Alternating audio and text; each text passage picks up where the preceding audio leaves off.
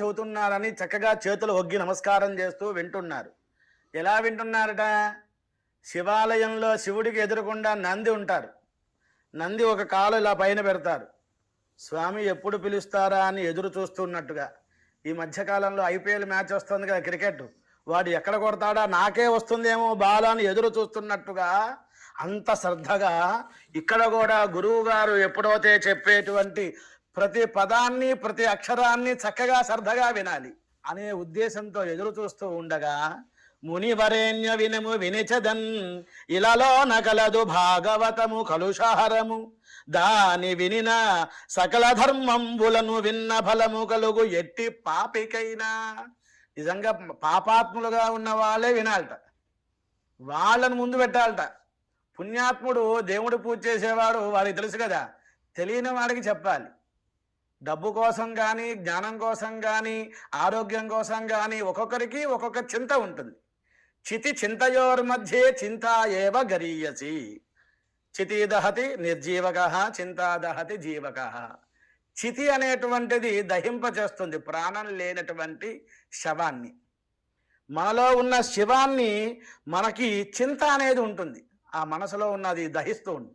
అనుకున్న పని జరగలేదే అంటూ 10 కాదు 20 సంవత్సరాలైనా బ్రతుకున్నంత కాలం దహింపచేస్తూ ఉంటుంది.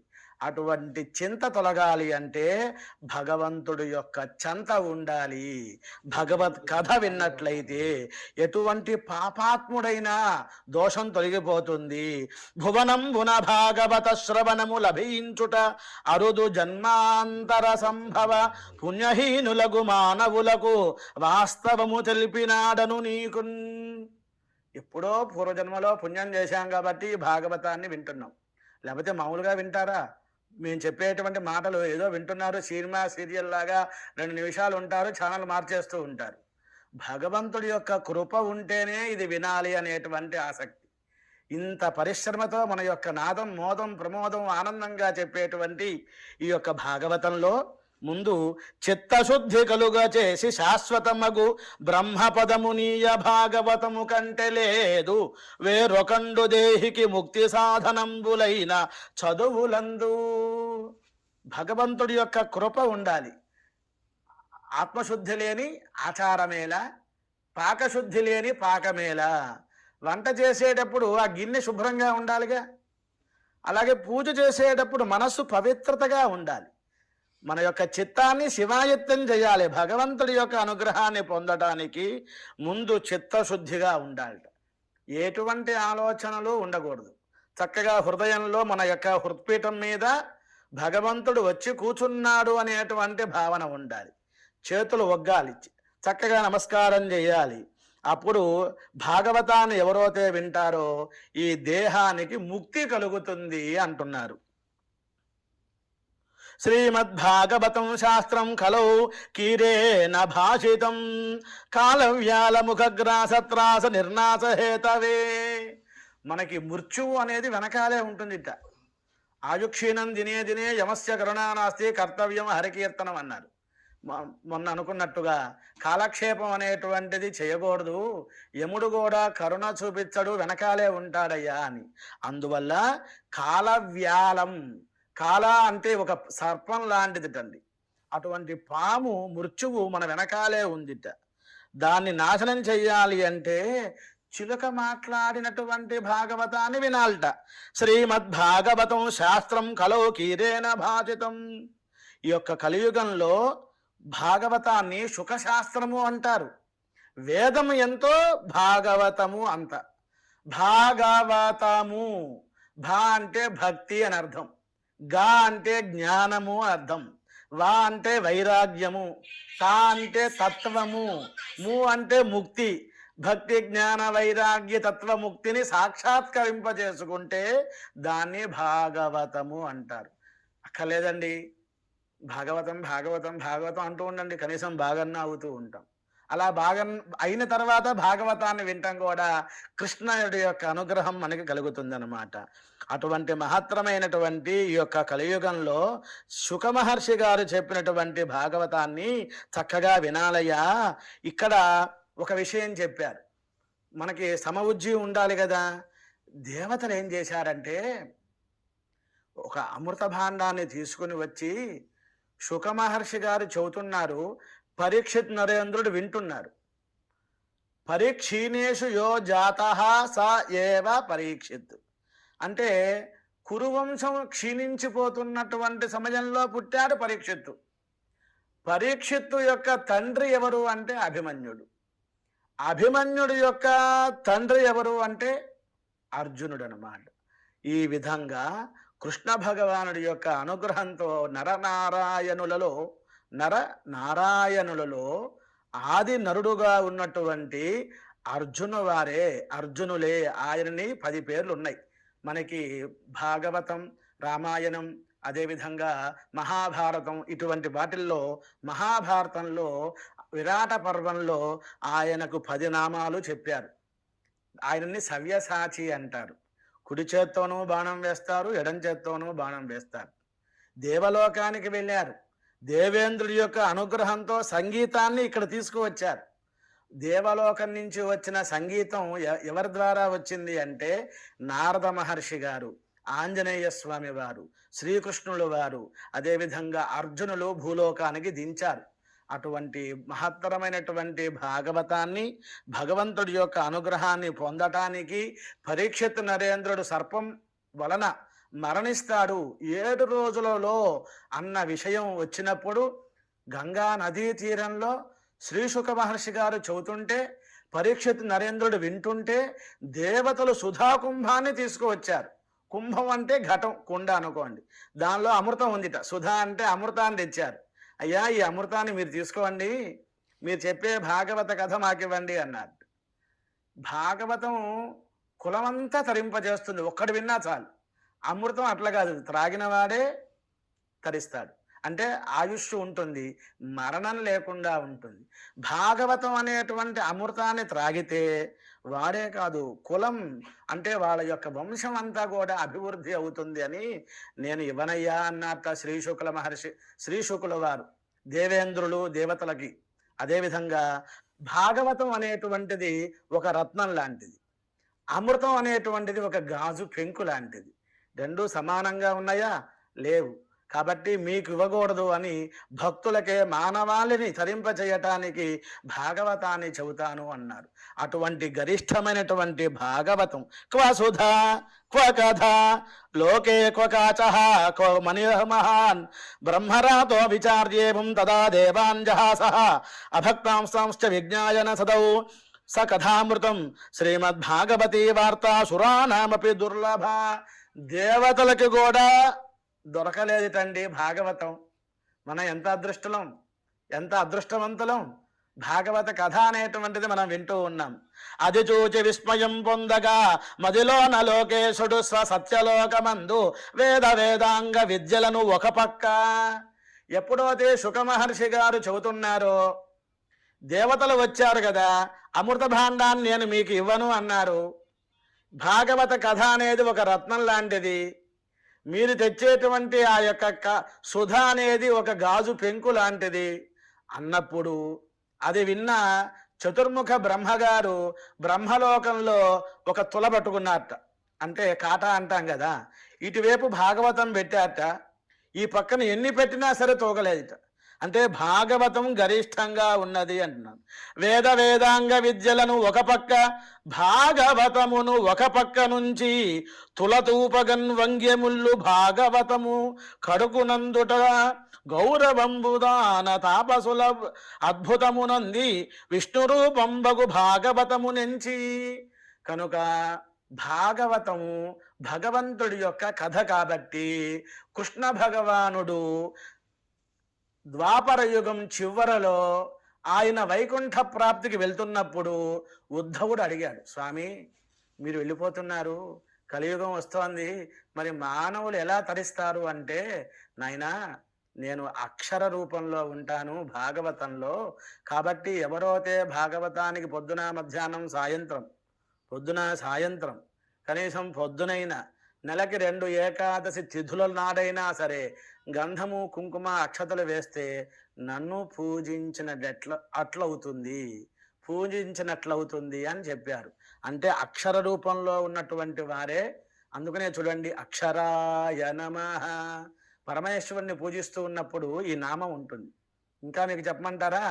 మనకి సప్తపురాలు ఉన్నాయి, మొత్తం 7 పురాలు. అయోధ్య, మధుర, మాయా, కాశీ, కాంచి, అవంతికాపురి, ద్వారవతి చైవ సప్తైతే మోక్షదాయికాః. దానిలో అయోధ్య అనే అక్షరంలో పదంలో అయోధ్య అనే పదంలో 3 అక్షరాలు ఉన్నాయి. అకార, యకార, ఉకారాలు ఉన్నాయి. ఆ అంటే బ్రహ్మగారు, విష్ణువు, పరమేశ్వరుడు, అకార, యకార, ఉకారాలు. ఈ ముగ్గురు కూడా ఇప్పటికీ ధ్యానం చేస్తున్నారట. అందుకనే జై చింతాయామితి ధ్యానం. అయోధ్య అనేటువంటి అకార, యకార, ఉకారాలు బ్రహ్మ విష్ణు మహేశ్వరులైతే ధ్యానం చేసేటువంటి ప్రదేశం కాబట్టి అక్కడికి వెళ్ళి 10 నిమిషాలు భగవన్నామ స్మరణ చేసిన ఎక్కువ విశేషమైన ఫలితం వస్తుంది. మన భారతదేశంలో, మన భారతీయ సాంప్రదాయంలో ఒక అక్షరానికి ఒక అర్థం ఉంటుంది. అటువంటి అక్షరాల సముదాయంతో, పదములు, శ్లోకాలతో భాగవతం మొత్తం కూడా నిండి నిమిడీకృతంగా ఉన్నారు కృష్ణ భగవానుడు. అటువంటి మహత్తరమైనటువంటి విష్ణు రూపం బగు భాగవతము నుంచి ఇక్కడే కృష్ణుడు ఉన్నాడు అనేటువంటి భావన కలగాలట. తత్శ్రవణమునైనను తత్పఠనమునైనను మోక్షము ప్రాప్తించున్. అది విన్నా, చదివిన, భాగవతాన్ని విన్నా చదివినా మోక్షం వస్తుంది అంటున్నారు. కృష్ణ కథామృతంబు క్రోలువారు ఎల్లరును ముక్తికునడి వారు. ఎప్పుడైతే భక్తిగా వింటారో, ఏమండి పంచదార తీయగా ఉందండి, తీయగా ఉంటుంది తండ్రి అంటాడు. అంటే వాడు తింటే తీయగా ఉంది అంటాడు, తినకపోతే తీయగా ఉంటుంది టా అంటాడు. అంటే తినేవాడికే తెలుస్తుంది ఆ రుచి, చెప్పేవాడికి తెలియదు. నిజంగా చెప్పాలంటే భగవంతుడి యొక్క కృప వినేవాడికి ఉంటుంది, చెప్పి అన్నవాడికి లేదు, విన్నవాడికి ఉంది అన్నారు. కాబట్టి అటువంటి భగవంతుని నామ పంచదార తీయగా ఉంటుంది అని కాదు, భాగవతం కథ వింటే మంచిది అనుకుంటాం. వినాలి, వినటానికి ప్రయత్నం చేయాలి, సాధన చేస్తూ పదం కలిపితే సాధించలేనిదేముంది అని ఒక కవిగారు చెప్పారు. అన్నప్రాసనాడే ఆవకాయ తినలేంగా. ప్రతిరోజు కూడా ఒక్కొక్క అడుగు, ఒక్కొక్క శ్లోకం, ఒక్కొక్క పద్యం చదువుకుంటూ ఉన్నట్లయితే శ్రీకృష్ణ స్వామి వారి యొక్క అనుగ్రహాన్ని పొందుతారయ్యా. బ్రహ్మగారు కూడా తులాభారం వేశారు, దానిలో ఆ ముళ్ళు కూడా భాగవతం మీద వచ్చింది. అటువంటి మహత్తరమైనటువంటి భాగవతాన్ని లోక విగ్రహముక్తస్య నారదస్య అస్థిరస్య విధిశ్రవే కుతః ప్రీతి సంయోగ కుత్రతై సహా. ఒకానొక సమయంలో నారద మహర్షి గారు సనకాది మునీంద్రులను అడిగారట. సనకాది మునీంద్రులు నారద మహర్షి గారికి భాగవతం చెప్పారట. అనగానే వెంటనే అనుమానం వచ్చింది. అది ఎప్పుడు జరిగిందండి అంటే, గురువుగారు చదువుతున్నప్పుడు ఒక శిష్యుడు గురువుగారు ఇద్దరు పడుకున్నారు. ఒక బెడ్ మీద గురువుగారు పడుకున్నారు. ఆకాశం వైపు చూస్తూ, నాయనా నా చెప్పులు ఎక్కడున్నాయిరా అంటే శిష్యుడు అన్నాడు, ఆ నక్షత్ర మండలంలో కనబడట్లేదండి అన్నాడు. వాడు కింద చూడాలిగా, గురువుగారి యొక్క చెప్పులు కింద ఉంటాయా పైన ఉంటాయా? అటువంటి శిష్యులు కాదండి.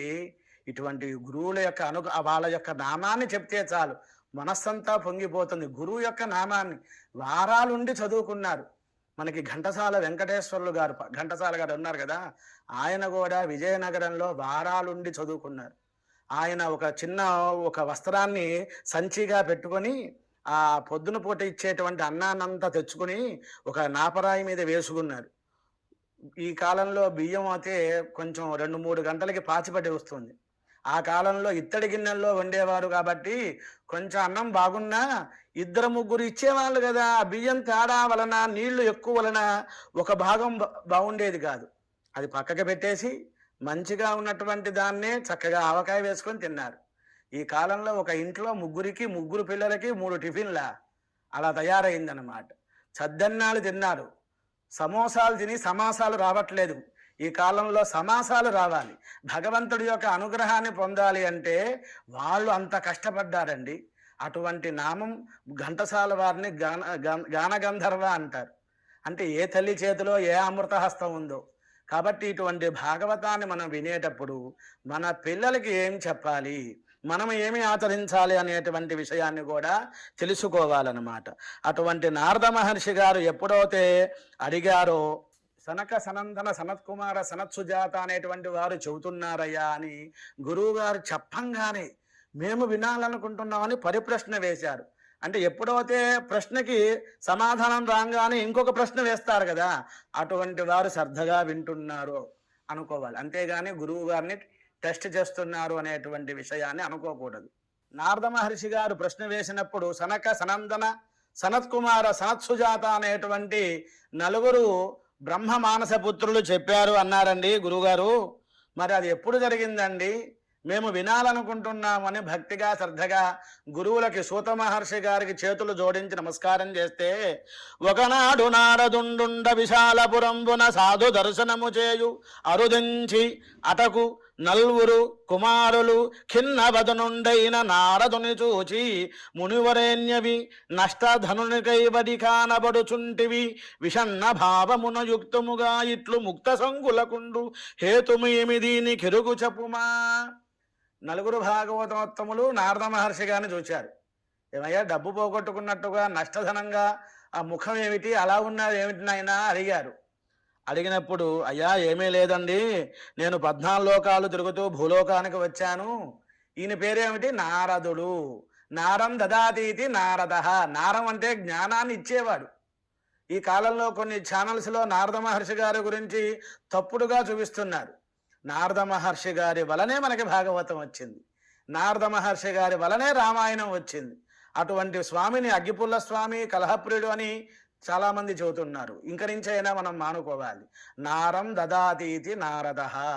నారం అంటే జ్ఞానాన్ని ఇచ్చేవారు. అందుకనే చూడండి, కృప ఉండాలండి. గురువు గారి యొక్క కృప.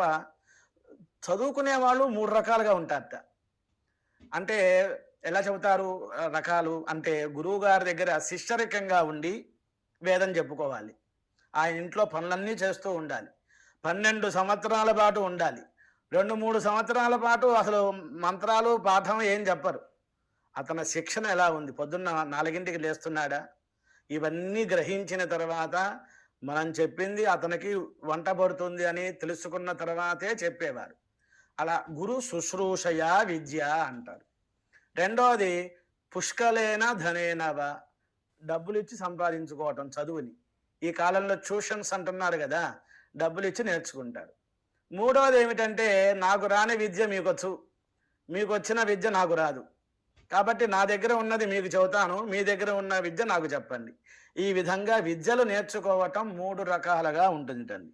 అటువంటి మహత్తరమైనటువంటి నారద మహర్షి గారు ఎప్పుడైతే ఈ యొక్క ప్రశ్న వేశారో, అప్పుడు నారద మహర్షి గారు, అన్ని లోకాలు తిరుగుతున్నానండి, భూలోకానికి వచ్చాను, భూలోకంలో మానవులందరూ కూడా పూజా సమయంలో డబ్బులు ఎంత, ఇదెంత, అదెంత, పుష్కరంచ ప్రయాగంచ కాశీం గోదావరీం తథా హరిక్షేత్రం కురుక్షేత్రం శ్రీరంగం సేతుబంధనం.